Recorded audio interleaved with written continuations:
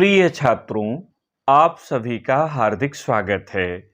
इस भाग में हम महाकवि सूरदास के पदों पर आधारित प्रश्नोत्तर की चर्चा करेंगे।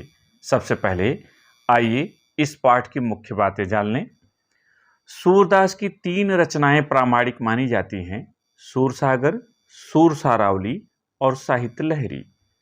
सूरसागर पदों का संकलन है जिसके 11 पद पद शीर्षक के नाम से पाठ्यक्रम में संकलित हैं, जिनमें सूरदास की भक्ति, श्री कृष्ण का बाल सौंदर्य एवं अन्य बाल सुलभ चेष्टाएं, बांसुरी के प्रति गोपियों का ईर्ष्या भाव, मां यशोदा की व्याकुलता आदि का सजीव चित्रण किया गया है। इनकी भक्ति सखा भाव की है। ये अष्टछाप के सर्वश्रेष्ठ कवि माने जाते हैं। भाषा ब्रजभाषा, शैली मुक्तक शैली।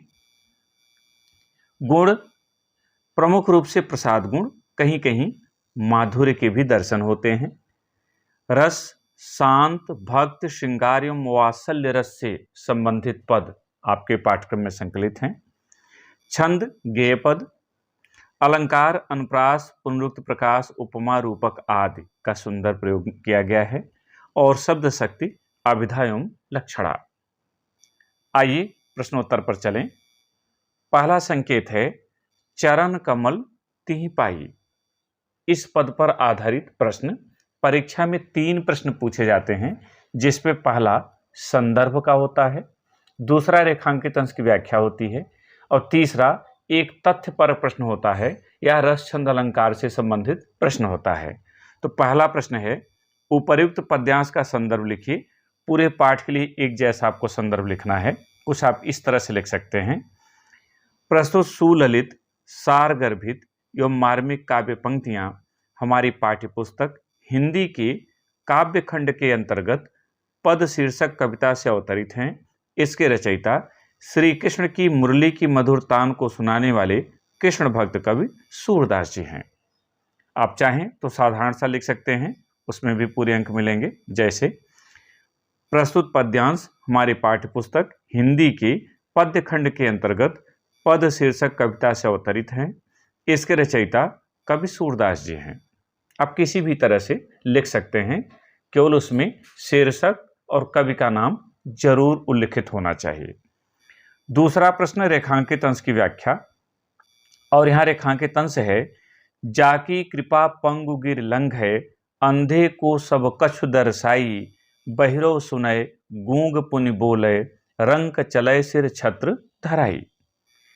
हेडिंग आप डाल देंगे रेखांकित अंश की व्याख्या और तब लिखेंगे: अपने आराध्य श्री कृष्ण के गुणों का गुणगान करते हुए भक्त सूरदास जी कहते हैं कि जिसकी कृपा से लंगड़ा व्यक्ति पर्वत को लांघ जाता है, अंधे व्यक्ति को सब कुछ दिखाई देने लगता है, बहरा सुनने लगता है, गूंगा फिर से बोलने लगता है और दरिद्र व्यक्ति, गरीब व्यक्ति राजा बनकर अपने सिर पर राज छत्र धारण कर लेता है, ऐसे प्रभु श्री कृष्ण के कमलवत चरणों की मैं वंदना करता हूं। तीसरा प्रश्न, यहां 2 प्रश्न हैं जो आपकी पाठ्यपुस्तक में दिए गए हैं, तो दोनों का उत्तर दिया जा रहा है। परीक्षा में तीसरे में केवल एक ही होगा। जिसकी, यहां प्रश्न है तीसरा, किसकी कृपा से लंगड़ा व्यक्ति पर्वत लांघ जाता है? उत्तर, श्री कृष्ण की कृपा से लंगड़ा व्यक्ति पर्वत लांघ जाता है। प्रस्तुत पंक्तियों में कौन सा अलंकार है? तो प्रस्तुत पंक्तियों में अनुप्रास, चूंकि हर जगह होता है इसलिए आप अनुप्रास लिखें। बार बार में पुनरुक्त प्रकाश, कोई शब्द 2 बार आए एक ही अर्थ हो तो पुनरुक्त प्रकाश, तथा चरण कमल में रूपक अलंकार है। आप सीधे सीधे भी लिख सकते हैं कि प्रस्तुत पंक्तियों में अनुप्रास, पुनरुक्त प्रकाश एवं रूपक अलंकार है। दूसरा, अभिगत गति कछु कहत न आवे वाला पद है, सगुन पद गावे तक। तो पहला उपर्युक्त पद्यांश का संदर्भ लिखिए, आप समझ लिए हैं, इसे आप लिखेंगे। दूसरे पर आइए, रेखांकित अंश की व्याख्या: अभिगत गति कछु कहत न आवे, ज्यों गूंगे मीठे फलकौरस अंतर्गत ही भावे। ये रेखांकित अंश है। व्याख्या करते समय सबसे पहले रेखांकित अंश की व्याख्या, इसे हेडिंग आप डालें, फिर लिखना शुरू करें। निराकार ईश्वर की आराधना को कठिन मानते हुए कवि सूरदास जी कहते हैं कि निर्गुण ब्रह्म की आराधना करना अत्यंत कठिन है। उसके स्वरूप के विषय में कुछ कहा नहीं जा सकता।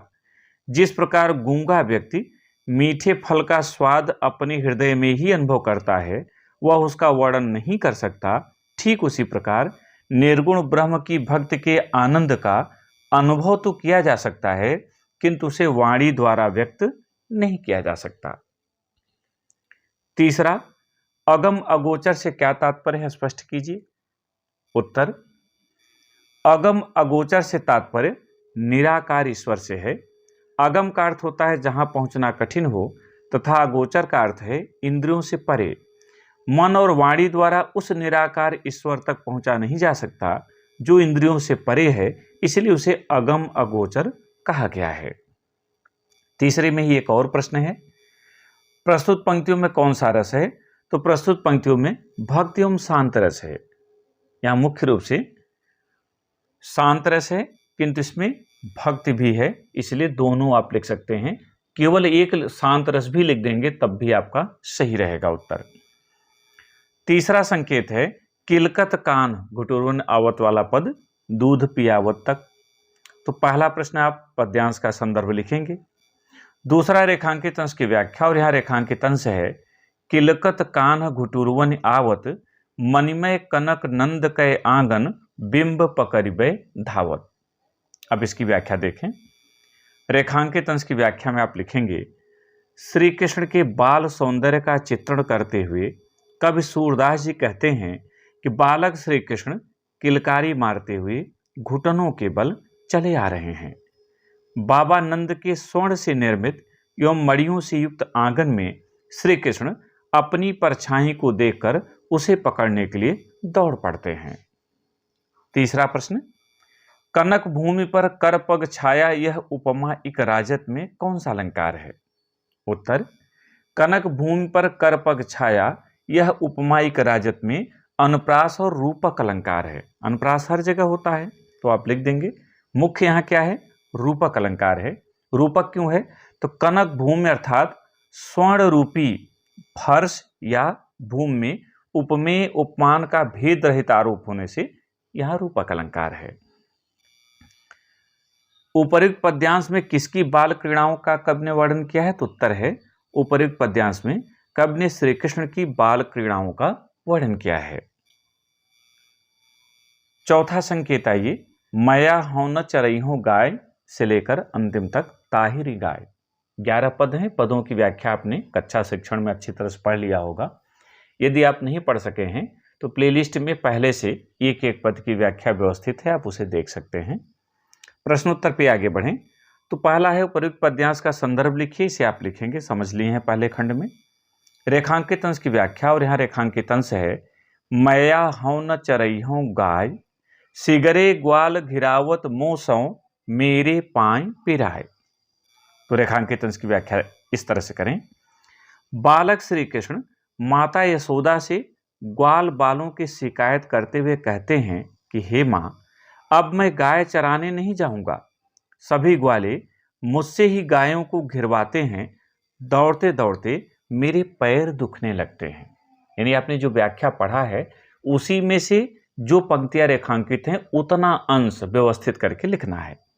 तीसरा, अविश्वास की स्थिति में कृष्ण किससे प्रमाण प्राप्त करने की बात करते हैं? तो पद से ही आप उत्तर उठाएंगे। उत्तर, अविश्वास की स्थिति में श्री कृष्ण बड़े भैया बलराम से प्रमाण प्राप्त करने की बात करते हैं। गाय चराने के लिए कौन नहीं जाएगा? उत्तर, गाय चराने के लिए श्री कृष्ण नहीं जाएंगे। पांचवा संकेत है, सखीरी मुरली लीजे चोर से लेकर राग की डोरी तक। पहला प्रश्न आप संदर्भ का करेंगे। दूसरा रेखांकित अंश की व्याख्या, और रेखांकित अंश है, सखीरी मुरली लीजे चोरी जिन गोपाल कीन्हे अपने बस प्रीति सबन की तोरी। रेखांकित अंश की व्याख्या, उत्तर इस तरह से लिखना है, मुरली के प्रति ईर्ष्या भाव व्यक्त करती हुई एक गोपी अन्य से कहती है कि हे सखी, हमें श्री कृष्ण की मुरली को चुरा लेना चाहिए। इस मुरली ने श्री कृष्ण को अपने वश में कर लिया है और हम सभी के प्रति उनके प्रेम संबंध को समाप्त कर दिया है, तोड़ दिया है। गोपिकाएं क्या योजना बना रही हैं? इस प्रश्न का उत्तर होगा गोपिकाएं श्री कृष्ण की मुरली को चुराने की योजना बना रही हैं। प्रस्तुत पद में कौन सा अलंकार है? पूरे पद में पूछा है, तो प्रस्तुत पद में अनुप्रास चूंकि हर जगह होता है, अंग अंग इस पद में आया है और एक ही अर्थ है, इसलिए पुनरुक्त प्रकाश, और राग की डोर अर्थात प्रेम रूपी डोर में रूपक अलंकार है। आप चाहें तो लिख सकते हैं प्रस्तुत पद में अनुप्रास, पुनरुक्त प्रकाश और रूपक अलंकार है, और चाहें तो ये पूरा लिखें, आपका उत्तर दोनों रूप में सही है। छठा संकेत, उधव मोहिब्रज बिसरत नाही से लेकर जदु तात, कहीं कहीं ये जदु जात मिलता है और जदु जात भी सटीक उत्तर है। यद्यप ज्यादातर यही प्रयोग हुआ है, तो आप भ्रमित न हो, इसलिए हमने इसी को उठाया है। तो पहला प्रश्न आप करेंगे संदर्भ का, दूसरा रेखांकित अंश की व्याख्या, और रेखांकित अंश है उधव मोहि ब्रज बिसरत नाही, वृंदावन गोकुल वन उपवन सघन कुंज की छाही। रेखांकित अंश की व्याख्या, उद्धव जी से ब्रज का समाचार जानकर श्री कृष्ण उनसे कहते हैं कि हे उद्धव, मुझे ब्रज की यादें भूलती नहीं है। वृंदावन वन और गोकुल के वन, उपवन तथा कुंजों की घनी छांव भी मुझसे भुलाए नहीं भूलती। उपर्युक्त पंक्तियों में किस समय का वर्णन है? उत्तर, उपर्युक्त पंक्तियों में उस समय का वर्णन है जब ब्रज से लौटे हुए उद्धव जी ने मथुरा पहुंचकर श्री कृष्ण को ब्रज के समाचार से अवगत कराया, जिसे सुनकर श्री कृष्ण भाव विभोर हो गए और ब्रज की यादों की चर्चा उद्धव जी से करने लगे। प्रस्तुत पद में कौन सा रस है? उत्तर, प्रस्तुत पद में वियोग श्रृंगार है, कहीं कहीं इसमें वात्सल्य भी है, जहां माता पिता की चर्चा श्री कृष्ण की है। मुख्य इसमें है वियोग श्रृंगार और वात्सल्य, आप दोनों लिख सकते हैं या केवल वियोग श्रृंगार लिखेंगे तब भी उत्तर आपका सही है। सातवां, निर्गुण कौन देश को वासी से लेकर पूरा पद मतिनासी। तो पहला प्रश्न पद्यांश का संदर्भ, दूसरा रेखांकित अंश की व्याख्या कीजिए, और यहां रेखांकित अंश है निर्गुण कौन देश को वासी, मधुकर कही समझाए सौंदे बूझत साँच न हासी। रेखांकित अंश की व्याख्या, गोपियां भ्रमर की अनुयुक्ति के माध्यम से, यहां भ्रमर उद्धव का प्रतीक है, तो गोपियां भ्रमर की अनुयुक्ति के माध्यम से उद्धव जी को संबोधित करते हुए प्रश्न करती हैं कि उद्धव जी बताइए, ये निर्गुण ब्रह्म किस देश के निवासी हैं? हम आपको सौगंध देकर सत्य पूछ रही हैं, कोई हंसी मजाक नहीं कर रही हैं। आप हमें समझाकर बतला दीजिए कि जिस निर्गुण ब्रह्म की आप चर्चा कर रहे हैं वे किस देश के रहने वाले हैं। पद्यांश में मधुकर शब्द किसके लिए प्रयुक्त हुआ है? उत्तर, पद्यांश में मधुकर शब्द उद्धव के लिए प्रयुक्त हुआ है। गोपियों ने निर्गुण ब्रह्म के वर्णन में क्या कठिनाई व्यक्त की है? उत्तर, गोपियों ने निर्गुण ब्रह्म के रहने का स्थान, उनकी माता और पिता, पत्नी, सेविकाएं, रंग रूप आदि के वर्णन की कठिनाई व्यक्त की है, क्योंकि इसके बारे में ज्ञात नहीं है कि निर्गुण ब्रह्म की कौन है, इसलिए इसमें कठिनाई व्यक्त हुई। और भी कई चीजें हैं, लेकिन दो तीन चीज आप इतना लेकर आदि लगाकर अपना उत्तर पूरा कर लें। मधुकर शब्द का क्या अर्थ है? मधुकर शब्द का अर्थ भ्रमर से है, जो प्रस्तुत छंद में उद्धव के लिए प्रयुक्त हुआ है। आठवां और अंतिम, उद्धव मन्न भय जगदीश, उद्धव मन्न भय 10-20 से लेकर नहीं जगदीश तक। तो पहला प्रश्न आप करेंगे संदर्भ का।